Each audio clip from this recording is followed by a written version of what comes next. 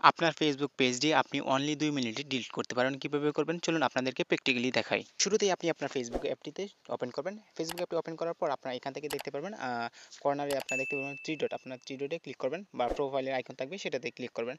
এটাতে ক্লিক করার পর আপনার এখানে দেখতে পারবেন আপনার পেজ কয়টি আছে সেটি এখানে শো করবে। সো আমার এখান থেকে এই পেজটি আছে সুলতান তৌহিদ AI, আমি এটাকে ডিলিট করতে চাই। সেটার জন্য আমি এখান থেকে দেখতে পাচ্ছি যে পেজটি, আমি এই পেজটি ওপেন করব। দেন আমি এখান থেকে এই পেজের উপর একটি ক্লিক করলাম। পেজের উপর ক্লিক করার পর আমরা এখান থেকে দেখতে পারবো উপরে আবারও থ্রি লাইন বা প্রোফাইলটা দেখাবে ফেসবুক পেজের। সো আমরা সেটাতে আবারও ক্লিক করব। এটাতে ক্লিক করার পর আমরা এখান থেকে দেখতে পাচ্ছি উপরে এই যে সেটিং, আমরা সেটিংয়ে ক্লিক করব।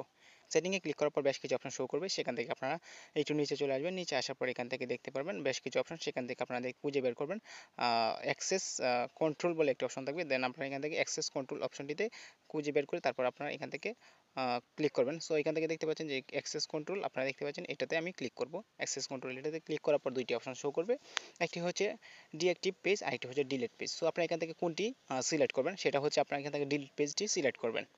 সো আমি এখান থেকে ডিলিট পেজটি সিলেক্ট করে দিচ্ছি। ডিলিট পেজ সিলেক্ট করার পর আপনার এখান থেকে কন্টিনিউ বলে একটি অপশন থাকবে নিচে, আপনার সেই কন্টিনিউ অপশনটিতে ক্লিক করবেন। কন্টিনিউ অপশনটিতে ক্লিক করার পর আপনার এখান থেকে আবারও এখান থেকে কন্টিনিউ অপশনে ক্লিক করে দিবেন। সো আমি এখান থেকে আবারও কন্টিনিউ অপশনে ক্লিক করে দিচ্ছি। তারপর এখান থেকে আপনারা দেখতে পাবেন ফেসবুক পেজের কিছু আপনি তথ্য ডাউনলোড করতে চান কিনা। সো আমি এখান থেকে ডাউনলোড করতে চাচ্ছি না। সো আপনারা যদি ডাউনলোড করতে চান সেটার জন্য আপনার এখান থেকে ডাউনলোড ইনফোতে ক্লিক করলে কিন্তু আপনার পেজের যাবতীয় ছবি ভিডিও সব কিছু ডাউনলোড হয়ে যাবে আপনার ফাইলে। সো আমি এখান থেকে একেবারে ডিলিট করে দিতে চাচ্ছি, সেটার জন্য আমি কন্টিনিউ অপশনে ক্লিক করে দিব। সো আমি এখান থেকে কন্টিনিউ অপশনে ক্লিক করে দিলাম। তারপর এখান থেকে আপনারা দেখতে পাচ্ছেন ইন্টার পাসওয়ার্ড, মানে আপনার ফেসবুকের পাসওয়ার্ডটি এখানে দিতে বলতেছে। সো আপনারা এখান থেকে আপনার ফেসবুকের পাসওয়ার্ডটি দিয়ে দিবেন। সো আমি আমার ফেসবুকের পাসওয়ার্ডটি দিয়ে দিচ্ছি। আপনাদের পাসওয়ার্ড দেওয়া হয়ে গেলে তারপর নিচে দিতে পারবেন কন্টিনিউ, আবার এখান থেকে কন্টিনিউ অপশনটিতে ক্লিক করবেন। কন্টিনিউ অপশনে ক্লিক করার পর এখানে আবারও বলতেছে আপনি কি কনফার্ম আপনার পেজটি ডিলিট করার জন্য। সো আমি এখান থেকে কনফার্মে আমার পেজটি ডিলিট করে দিব পার্মানেন্টলি, সেটার জন্য আমি এখান থেকে ডিলিট পেজে ক্লিক করছি আবারও।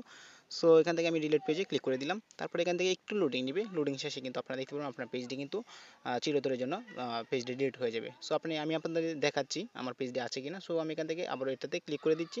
এটাতে ক্লিক করার পর আপনি এখানে দেখতে পাচ্ছেন আমার এখানে দুইটি পেজ ছিল। সো এখান থেকে দেখতে পাচ্ছেন আমার কিন্তু একটি পেজ এখন আছে।